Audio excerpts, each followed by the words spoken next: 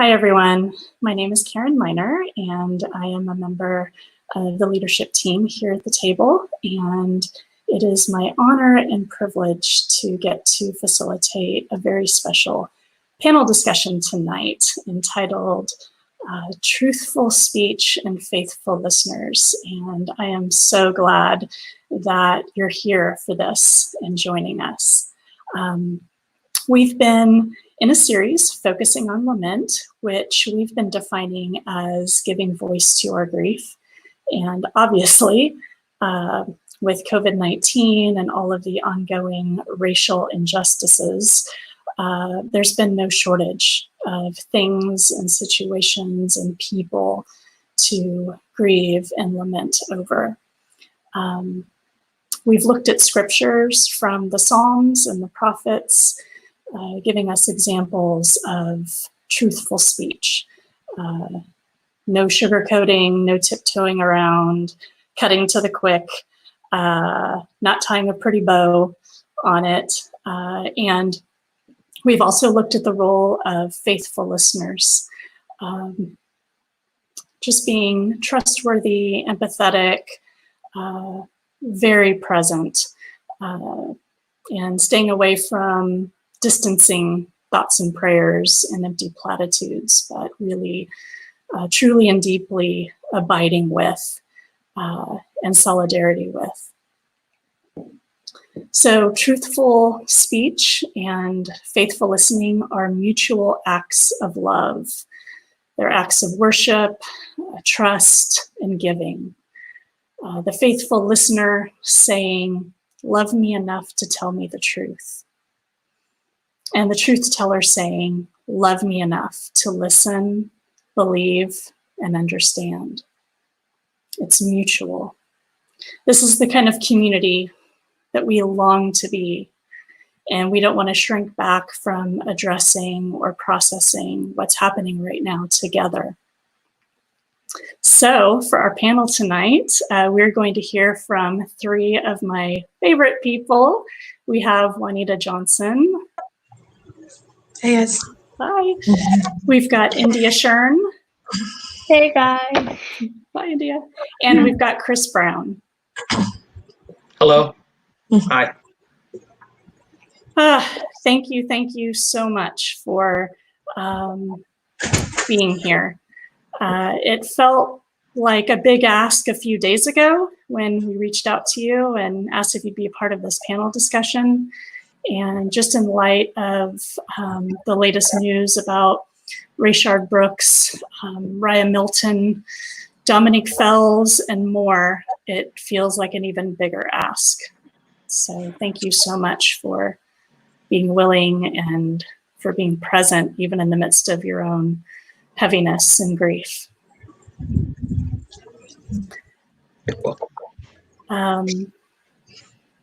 Yeah, I really just want to underscore what a gift this is to our table community. And I also don't want to take advantage of or exploit anything you guys have to give tonight. Your time, your words, your emotional labor, your experiences. Yeah, I mean, there's no expectation for you to replay trauma or terror, just for others to become more aware. So I want you to feel free to share openly and honestly, but not share anything that would bring further trauma or harm to you. We want to protect that right now. So how about if we dive in? Sounds good. Sounds good. So we'll start. People may know you, people may not know you. I don't want to assume. So I thought we would kick this off by having each of you share a little bit about yourself, what makes you you, and how you're connected to the table. So who would like to start? I can start. Hi, my name is India. I'm 16 years old, and I've not been the most connected to the table. I've I was connected to New Hope Lucas, and I'm also a part of the girls group for the table that Miss Yay. Maggie leads. And I am very thankful to have this opportunity to just have a conversation, honest and truthful. I know a lot of the leaders here, and I'm very close friends with most people at the table. So yeah, that's just me. I can go next. Okay. So my name is Juanita. It's on the screen. And I am one of the elders at the table. And, just happy to be a part of this community. I just, am thankful for this opportunity. Glad to share, glad that it's a space to be honest and open. Looking forward to our discussion. Okay, I'll conclude. My name is Chris. I'm 52 years old. And I guess my connection would be more transition to the table, going from New Hope Wiley to Lucas and then ultimately to the table. And I would say it's the genuine message, the community that exists, and an openness to help people in their issues. And I can, honestly say it's made a difference in my life, and that's why I'm here. Well, thank you. So first, I'm curious to know how each of you has been processing the last month. It's been full. There's been a lot. And so I just like to hear from each of you and your perspective, how you've been processing through all of that. So Juanita, could you kick us Sure. off?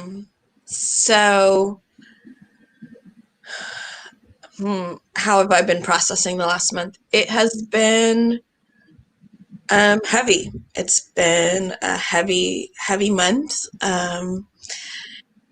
We're all experiencing the pandemic and the effects of confusion with regard to, this health crisis that we're all in. But to be experiencing that on top of just continual racial animus and inequity and death has been really heavy. I'm really tired today. Like my sleep is off, and it's just been a difficult month. I was thinking of a quote from James Baldwin. He said, to be Black and conscious in America is to be in a relative state of rage.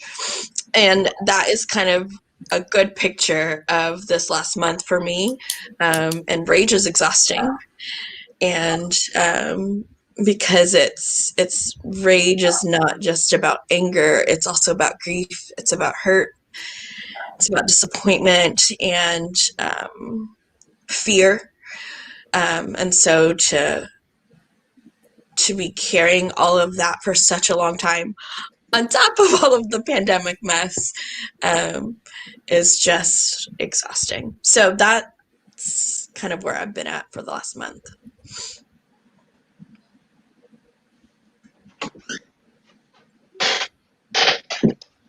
Chris, how about you? Ironically, I would have to say rage, a lot of frustration, and I guess predominantly from a standpoint as someone who can empathize with police officers, having been a police officer in the past for almost 6 years, just seeing their behavior, what comes across, it frustrates me. It's not just training, it's public service.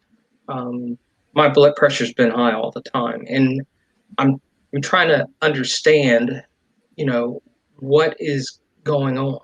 looking at the message, looking at the training, looking at the circumstances. And it just comes back to there are different values on different lives in our society. And part of it's communication. I tell people all the time, we're all different. Everyone has value, but if we don't communicate and get our messages across or openly listen, we're going to continue to have the problems. And that's, what I see. And that's why I wanted to speak. We can have those differences. We may not even agree, but that's okay. That's what, I learned in the military. So it's very frustrating, and I'm getting accustomed to this. And we just have to pray a lot about it. But anger, frustration, just a lot of emotions. Yeah. How about you, India?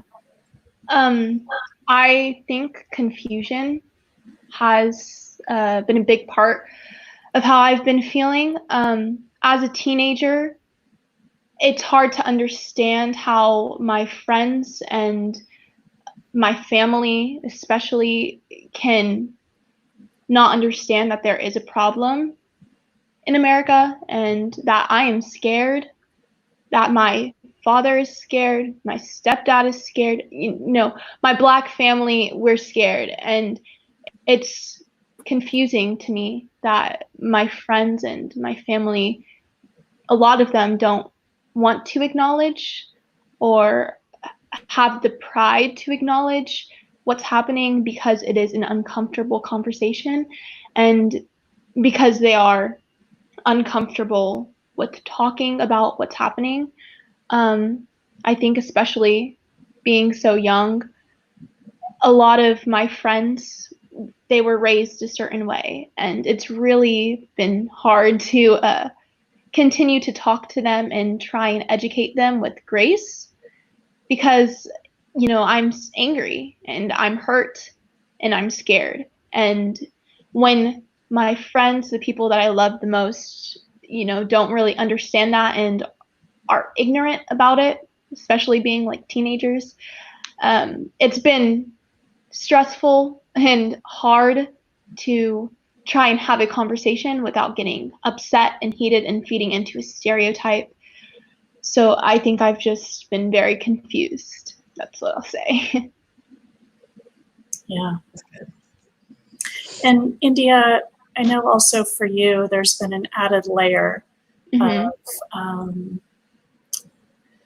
just recent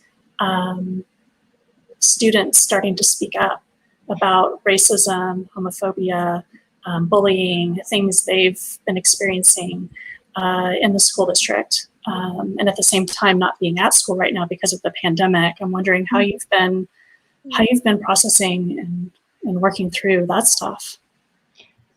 It's been difficult because a lot of people that I know have, after many years of facing abuse or discrimination against, they finally come out and talked about what's happening really behind closed doors in Wiley ISD specifically, in the high schools especially. There is a lot of unsaid discrimination. A lot of people, for example, I, as a mixed person, have been told by a lot of people, you're whitewashed, you're not Black enough, you don't speak Black, you're not in touch with your culture. And it's kind of confusing to me because, what is being Black enough? What is speaking Black? What is whitewash? How can you act a color? It's heartbreaking that this, goes on, and sometimes administration, chooses not to really try and understand or hear us. And so I'm thankful that Wiley ISD has been listening, or trying to listen, and I'm hoping as a senior next year, I can step up, I can help and speak out and call people out whenever they're being insensitive or, being rude. not thinking about their words. And I'm hoping that my generation can be the change. And that's kind of what's giving me hope, is that a lot of people are speaking out and a lot of people are talking about it now. And I'm hoping that that's going to make a change in Wiley ISD, especially the high schools. Yeah. Just hearing all of you share,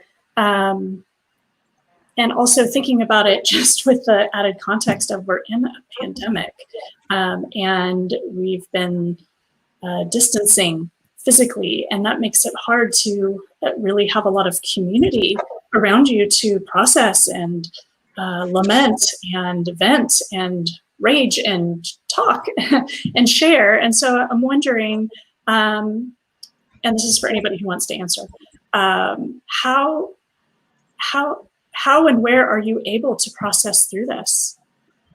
Where do you have these conversations? How are you able to talk through it? I'll go ahead. Okay. For me, a lot of family support, connections with coworkers, and trying to make sure that they're doing well. So in a way, it opens up some dialogue that helps you to understand that you're not alone. Teleworking, working from home is extremely stressful and frustrating. And, then it comes back to my wife. Being in a mixed marriage with all the topics, we have real dialogue, and with Sienna. So sometimes, and it's something we've always had. And I think now it allows me to understand that I just can't contain it all. I need to express and talk to someone. And sometimes there are no answers, because some people, I remember back in college, they knew the truth, but the way they were raised is what was their foundation or common ground. And they refused to make changes. And some of these people became teachers.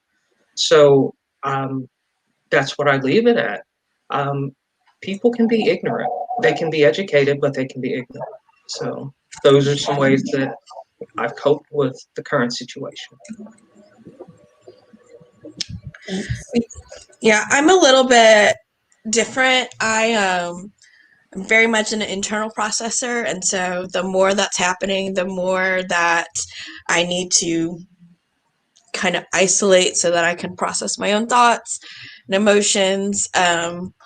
But being that we're in a pandemic and all of this is happening, I find myself reaching points where I cannot contain it anymore. Like, there's so much inside that if I don't get it out, like, I feel like I'm going to come out of my skin. And so I've been doing a little bit more writing. They end up on Facebook if you've read any of my recent rants. And then when I feel like I have language, sometimes I'm able to share with, Mindy and Maggie, and kind of talk through some things. But even then, it is, every day is a new tragedy. And it's very difficult to be a Black woman in a majority white space right now, because the grief is so personal, right? Like, there's not, there's only so much relating that we can do. So it's difficult. My outlet right now is just when it gets too much, I just rant on Facebook for a while, and try and let it out that way. And then, when I have language, talk to people. But even then, that's limited. That's a limited carrying. There's still so much that you carry on your own. Yeah. I have a really large immediate family who I'm thankful. They let me rant, they let me talk, and recently my mom and my stepdad, they let me make signs and put them out in the front yard, and just to show like people that, I'm thinking about you and you matter and I understand what's going on. And I've used social media as an outlet a lot, but there comes a time when social media can get too toxic, and I've needed to unplug sometimes, even though, like, especially right now, I feel like I have to be educating and putting out stories and sharing and reposting. It can get heartbreaking to continue seeing tragedies, and that's the time when I just need to unplug and talk to my mom, my dad, and it's hard whenever I'm in a mixed race family, so it's hard when some of my closest family members don't even want to have a talk or understand what's going on. So that's when I really have to rely on my mom and my dad and my friends, so I can rant and I can just talk. Especially, going to the Black Lives Matter gathering in downtown Wiley, that was just a huge release for me internally. I needed to hear and I needed to listen to other people's perspectives, and I think that was one of the huge releases for me during this time right now. So thank you. I'm also thinking about how this moment, this cultural moment that we're in right now, and all the awareness is not new. Like, this isn't the first time we've been through this, right? And yet there are a lot of people that are becoming more outspoken, becoming aware. And so I'm curious how, because I can't imagine that feels awesome. I mean, it's great that people are becoming more aware and learning and educating. But it's at the same time, I would imagine there's also just some, I don't know, I don't want to put words in your mouth, but anger or frustration, like, where have you been? It's been going on forever and ever and ever. And so I'm wondering how you're handling that piece of it. How are you processing this moment in the context of your lived experience in your lifetime? I'm really hoping that this isn't just a trend, something that's talked about for a couple of weeks. And I hope this is continued to be talked about because it's been happening for so long. And, we're finally kind of at the breaking point and it continues to keep happening. So I'm hoping that whenever this starts kind of boiling down and it's not as heated, no one's talking about it as much, I would find support in people who continue to educate themselves and continue to speak out, and even when this isn't a trend. Yep. So that's really what I'm feeling about the whole situation. Yep. That's really good. I have the same hope and the same fears of this just being really trendy at the moment, this being really like, a lot of people speaking out. Like, I get that the video of George Floyd was really traumatic for a lot of people. It was the first time they really felt it in their bodies. But, for me, that this was not my first time feeling it in my body. So, but at the same time, it also feels very much like a lot of people are just covering their behinds. Like, it's really popular right now to be able to say Black Lives Matter, but what does that really mean in terms of actions and change behaviors? And kind of to Chris's point earlier about ignorance, ignorance is a choice. And I feel like because we're all trapped at home and we can't do anything else but watch the world fall apart, it's really trendy and really, the politically correct thing right now to be on board. But when the same protests are asking people to change behaviors, asking for new legislation, new ways to think about policing, when the rubber meets the road, are we going to continue educating ourselves and pushing forward so this doesn't have to continue happening? And that is that is what I want to talk about. I don't want to grieve anymore. I want to talk about how do we move forward. If this is something that you really means something to you, how are you continuing to educate yourself and pursue justice and pursue be an active participate in pursuing peace for everyone, because Black lives are not a trend. They're not a way for you to feel good about yourself in the moment. These are our lives. So, yeah. It's really well said. It's I guess what's hard for me is that as a Black male, I've become so callous because in society and through interactions, I see how much I'm valued and how much I'm not. I would like to believe and hope that people are sincere with change, but a lot of people don't want to change. Yeah. And if this hadn't been documented and if accountability hadn't been pressed, nothing would be occurring. And that really bothers me. Two things can happen. People can see what's occurring, make conscious change, or create more division. So for me, that's one of two things are going to happen. We're going to either address the issues, or we're going to be more divisive. And look at, I hate to say it, look at all the violence that occurs. With all that pent up, it's not an excuse for the behavior, but it's a sense of hopelessness. And when people have nothing to hope or live for, it's basic survival, they just don't care. That's why we're having what occurs. And, having to tell my daughter how to behave if we get stopped by the police, or how to behave, or to document what occurs, that's not what I need to tell a 13-year-old. And sadly, I'm glad I don't have a son. I'm glad I have a daughter. And that's the world I live in. And I have to explain to her it's not equal, and it never will be.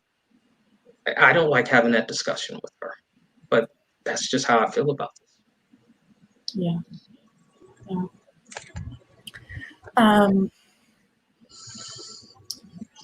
So what is it that keeps you showing up during times like this? Because it seems extremely difficult and excruciating at times to continue to show up. And I'm specifically, I don't want to tiptoe around it, I'm specifically talking about a majority white church, like the table, and like others you may have been a part of. What keeps you showing up during times like this? I think seeing the support from my white friends, or even just people listening and wanting to understand and having a conversation, that's what keeps me motivated. It's my future. Yeah. I'm so young, and I have to, hopefully, am going to be here for a long time. And I don't want to have to tell my children how to act whenever a police officer pulls them over. And I don't want to have to tell my children how to walk, how to dress, because, I don't want you to be conceived a certain way. So I'm motivated because it's my future, and I want it to be different whenever I'm older, and I want it to be different whenever my kids grow up, my grandchildren. I want it to be different for the future. So that's my motivation. I think for me, I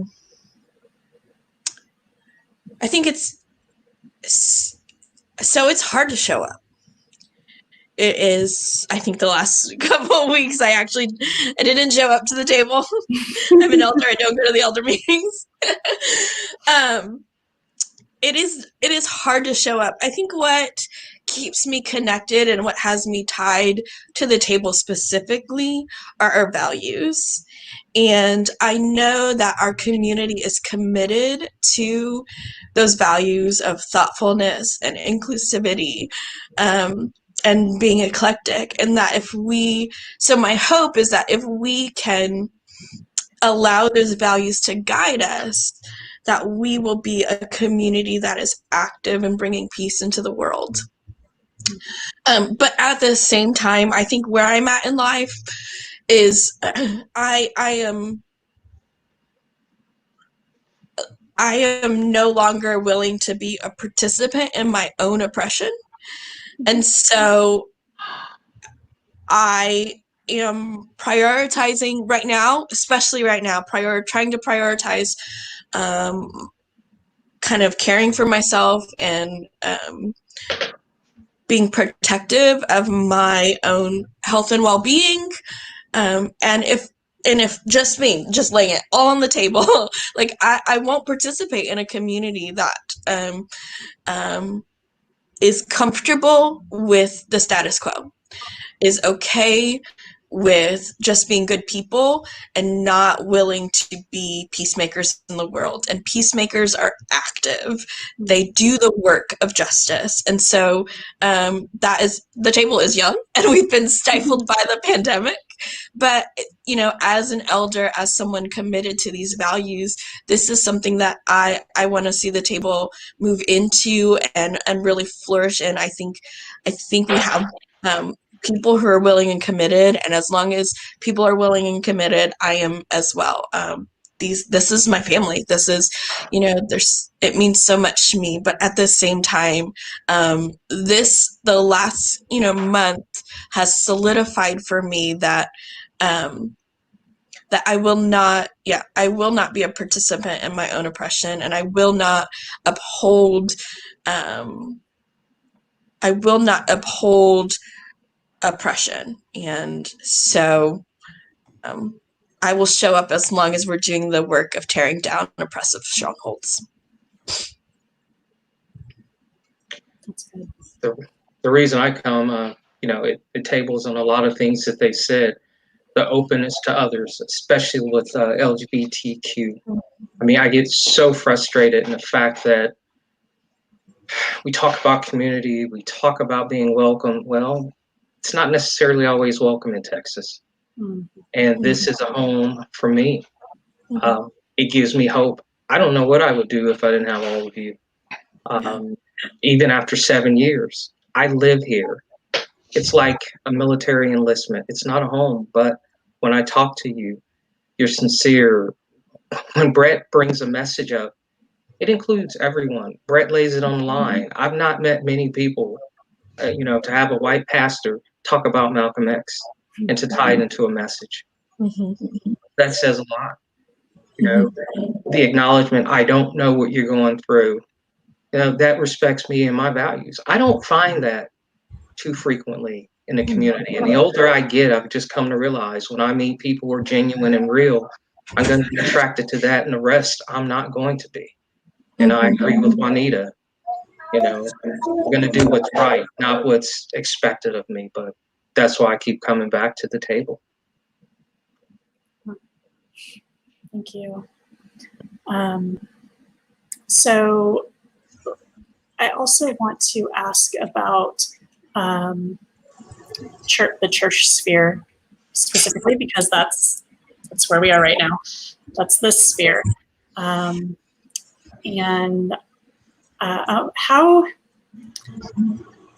Where have you seen truthful speech and faithful listening and responding break down regarding the church, and specifically white majority churches?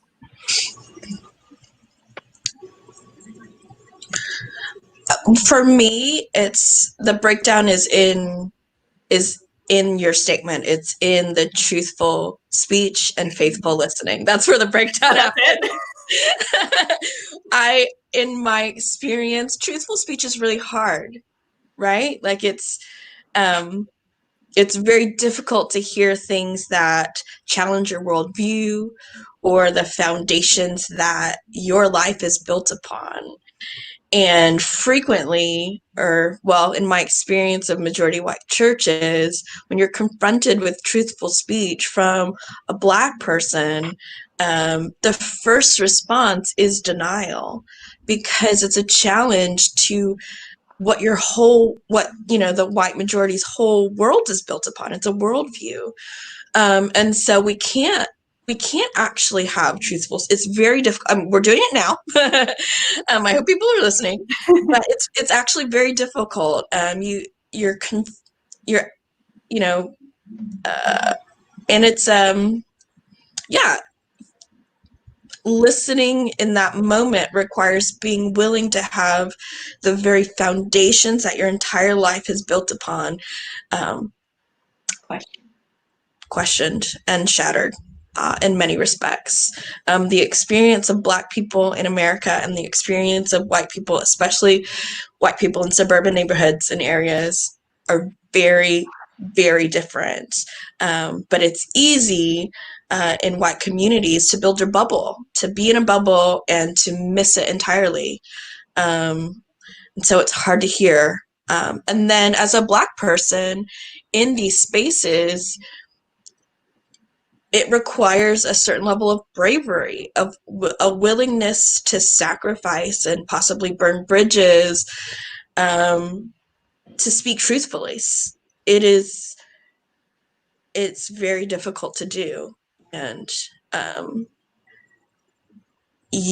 we are putting ourselves out here tonight, and we're at risk. Maybe not for violence, but for people we're in close relationship to see this and take offense or, cut us off or, it's so I think the breakdown is in the very statement. It's being brave enough to speak truthfully and brave enough to listen well as well. So Yeah. I think it's been difficult having to always be the educator, almost always be the one talking and teaching, and it doesn't make sense to me that people don't want to educate themselves, and like, especially if you can't understand how it feels to be a Black man or woman in America, and you will never understand if you're white. If you're not Black, you will never understand. And I think educating yourself is needed, because it's very draining to always repeat yourself and to have to be defensive all the time, and to feed into the stereotype that you're seen as, the angry Black woman or the, sensitive, oppressed, wanting to be oppressed.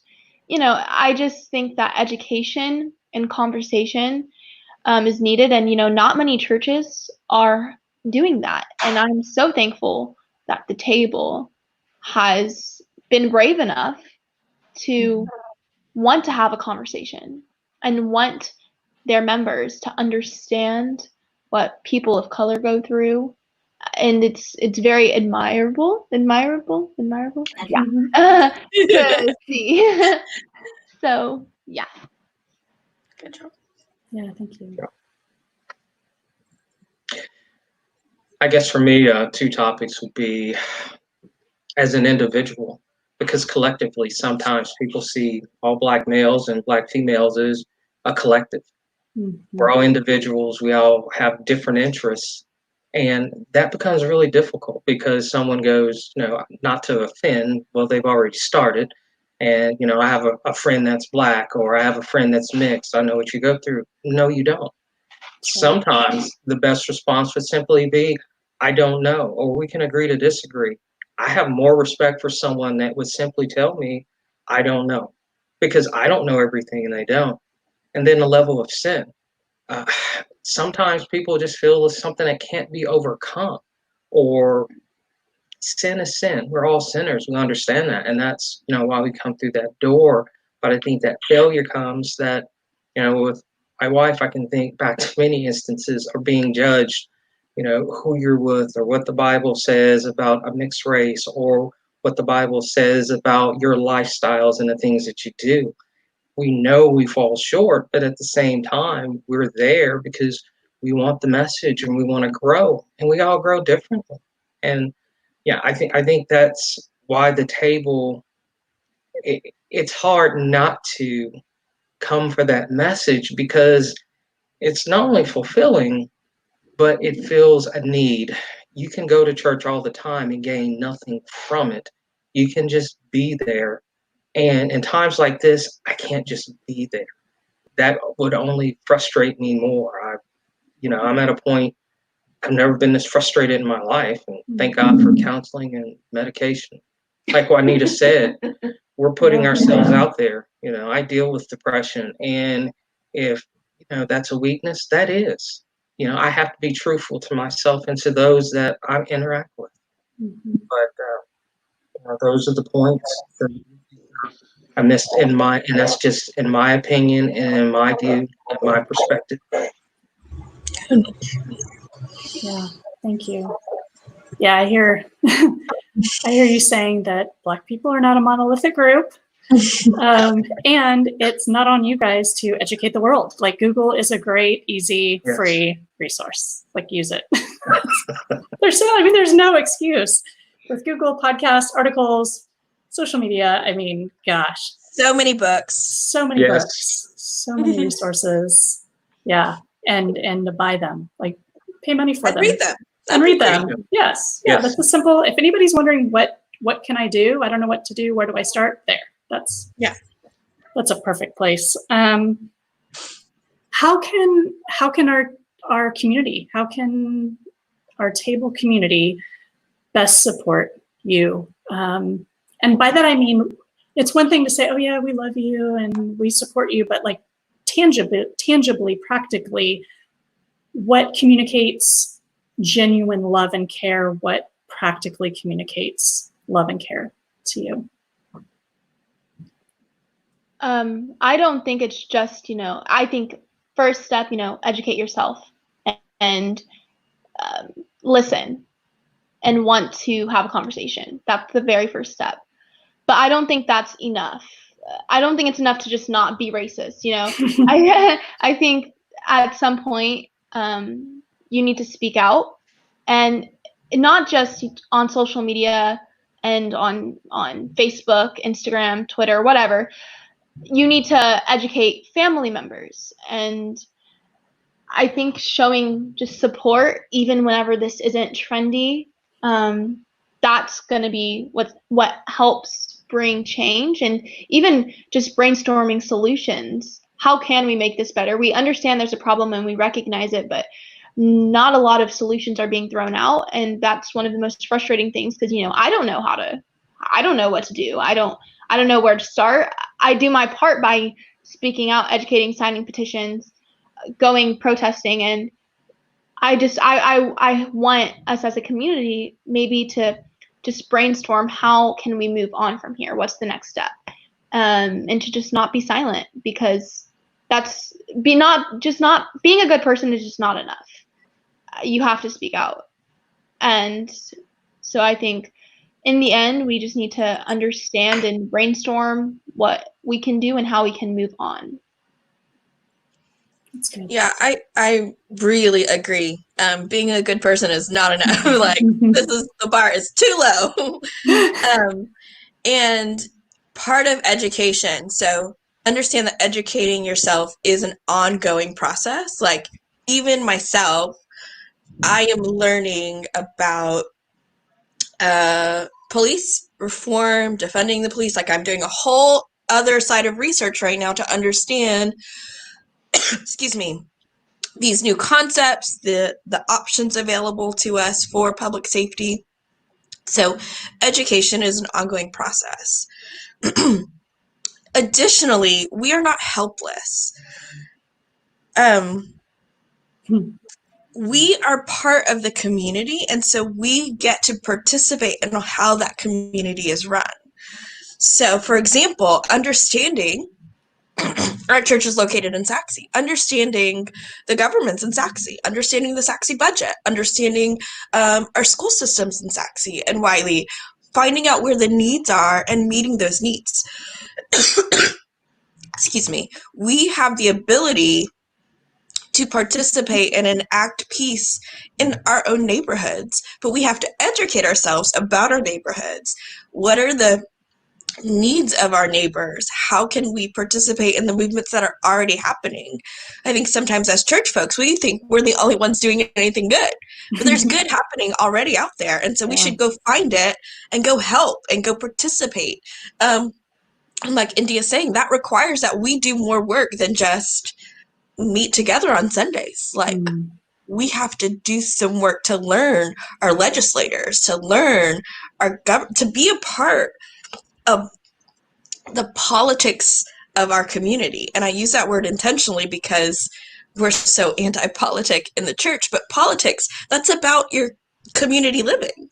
And so if we're not involved, if we're not willing to do any work to understand how our community is functioning, then we are not participating in making peace.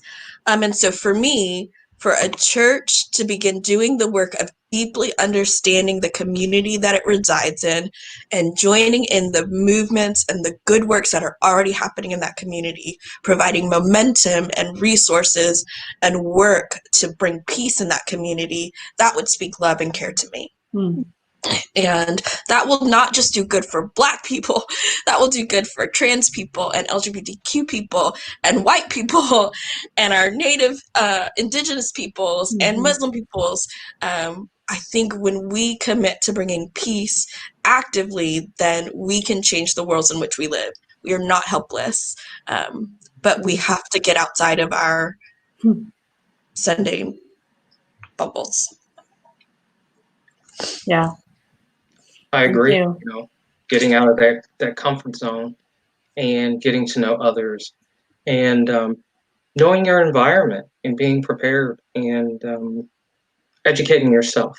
You know, my whole point of, you know, realizing public safety, what its role is, what goes on, de-escalating a situation. Even when dealing with law enforcement, everyone's nervous, but you have to turn around. They're public servants. You have rights.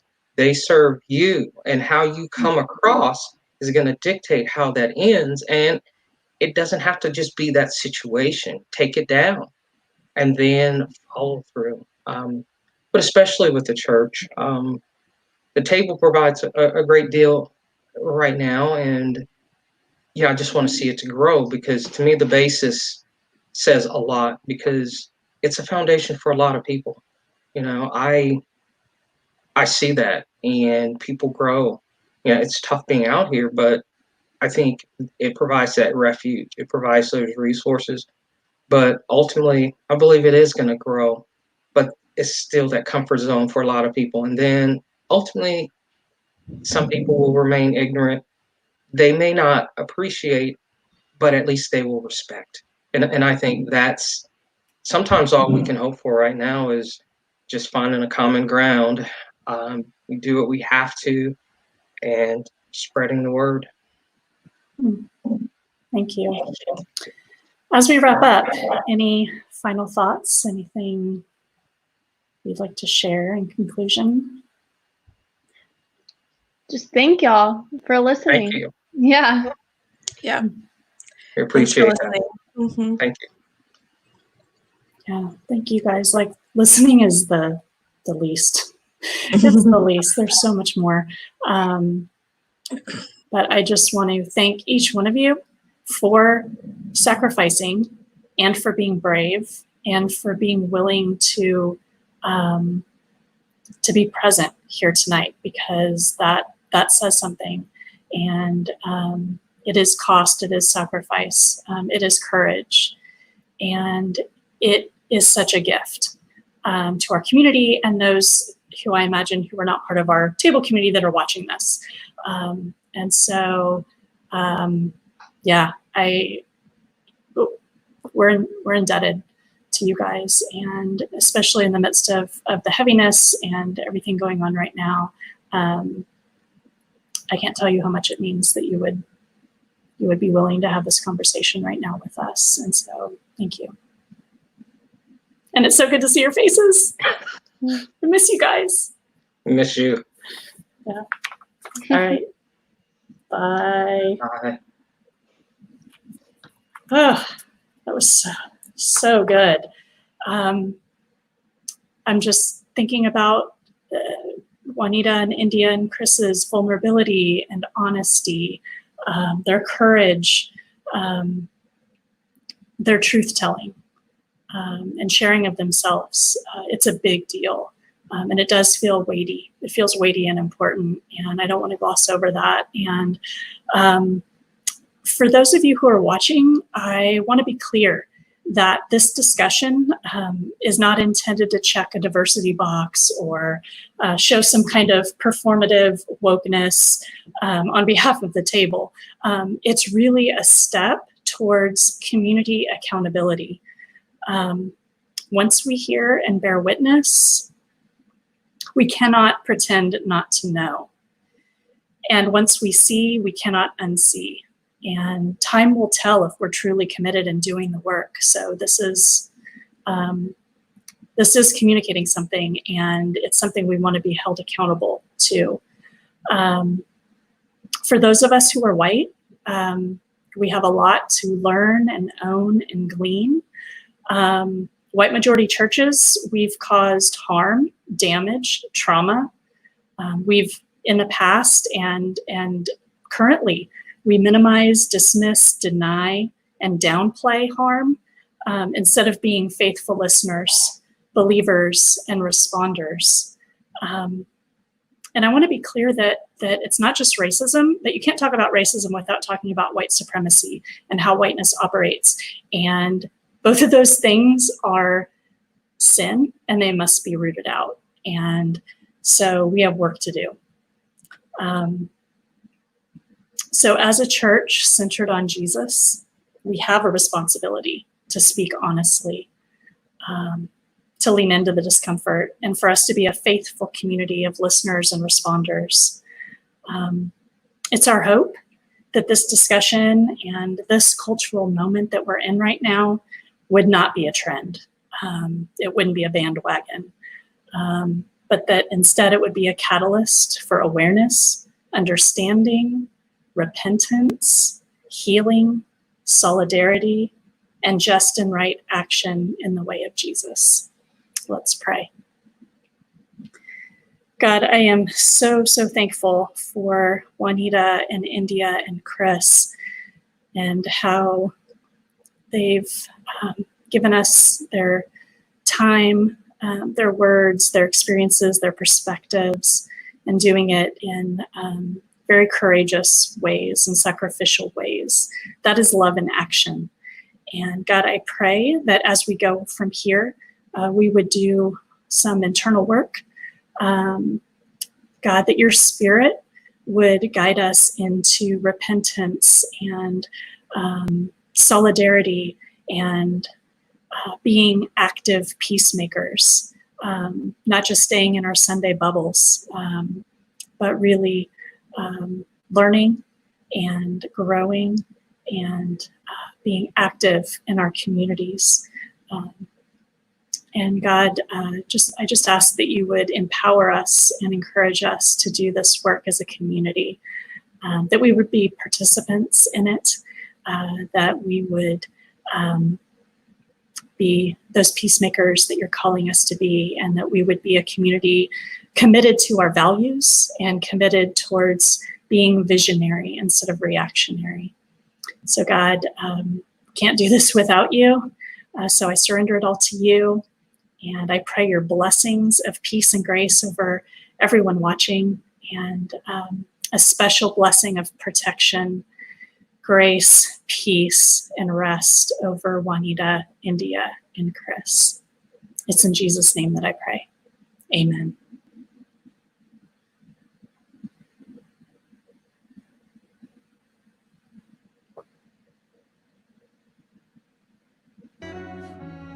Black people are so